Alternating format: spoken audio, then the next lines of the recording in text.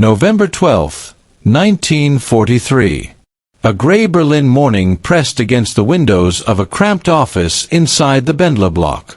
The building at 76 Terpitzufer was not glamorous. It was quiet, bureaucratic, heavy with paperwork and silence.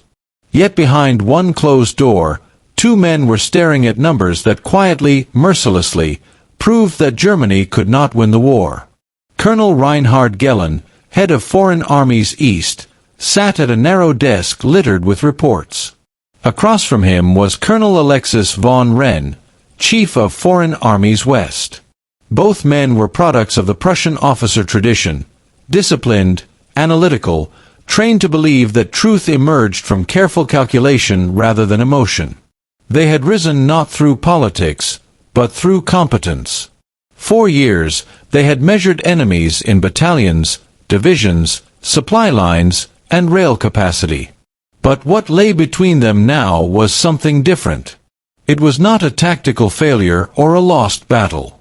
It was arithmetic.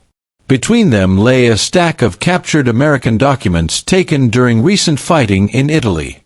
They were not secret plans or coded messages. They were routine logistics forms, supply requisitions, fuel delivery summaries, replacement tables. The kind of paperwork armies generated every day. Bureaucratic. Boring. Deadly. For a week, both men had tried to disprove what the numbers said. They had checked sources, recalculated figures, compared them with aerial reconnaissance, prisoner interrogations, and agent reports. Every method said the same thing. Von Roenne's hand shook slightly as he slid the top document forward. It was a monthly supply report from the American Fifth Army in Italy, covering one corps, about 80,000 men. Gehlen studied it in silence. His face slowly drained of color. The Americans, he realized, were delivering more ammunition to one corps in 1 month than the entire Wehrmacht received on the Eastern Front in the same period. He looked up, searching von Roenne's face for doubt, for error, for hope. There was none. "This cannot be correct," Gehlen said softly. "It was not an argument. It was a wish." "I thought the same," von Roenne replied, pulling another document from the pile. "Fuel delivery. 1 month. 3.2 million gallons of gasoline. 800,000 gallons of diesel." He let the numbers hang in the air. "Army Group Center," he continued, "with 3 armies and more than 500,000 men, receives less fuel in a month than this single American corps." They said nothing for a long moment. They did not need to.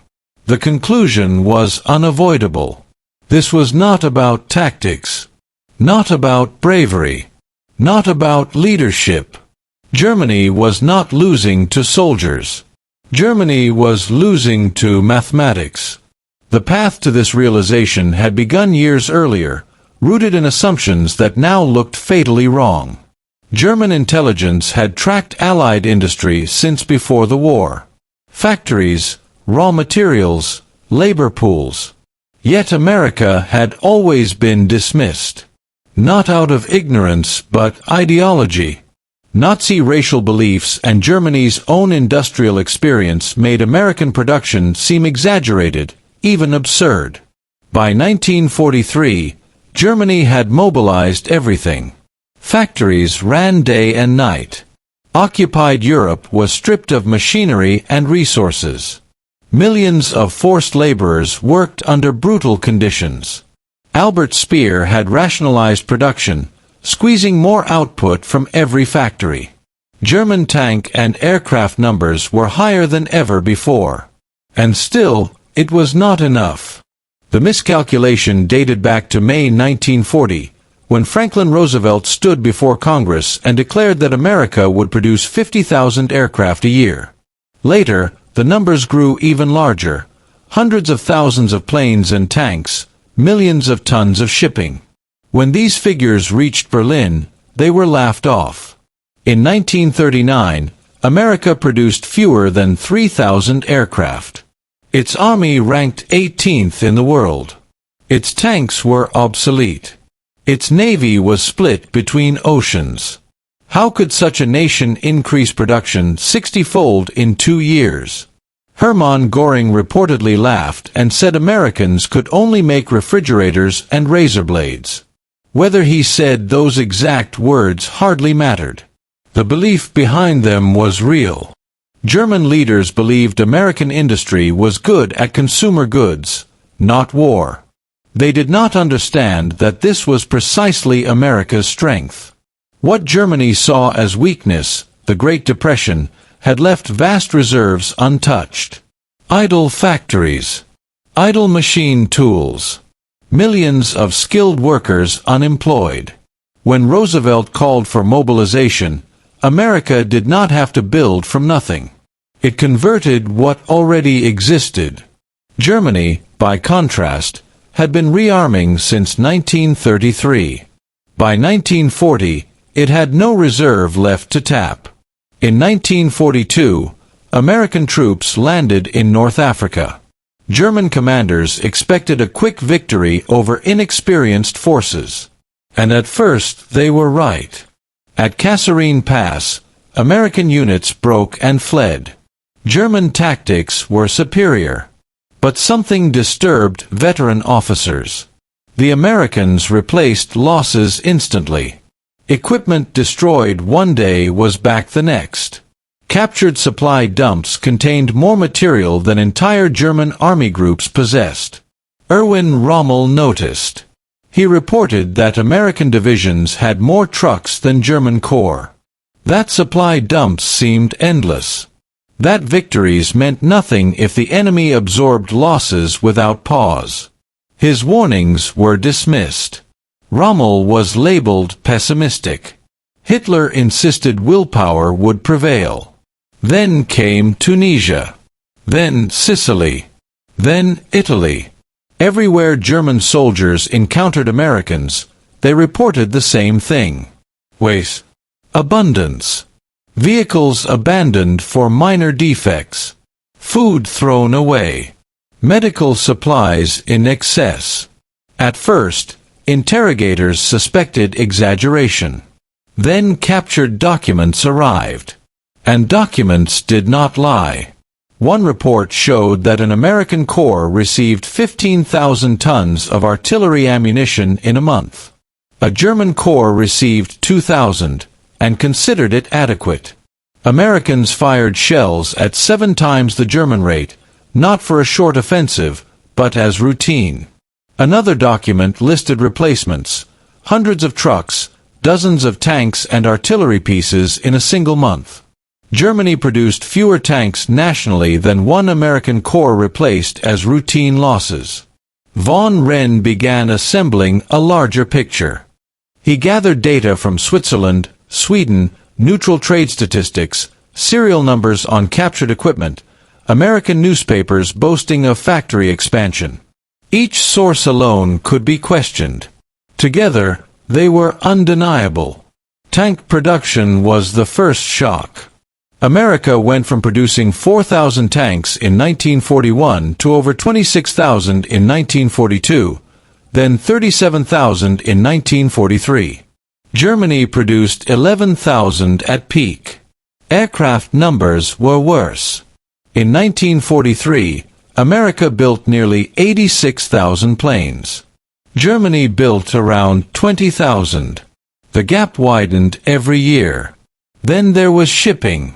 Germany's U-boats sank millions of tons in 1942 and celebrated. Yet Allied shipping capacity increased. Liberty ships. Standardized cargo vessels built in weeks instead of months. German experts insisted it was impossible. Shipbuilding took time.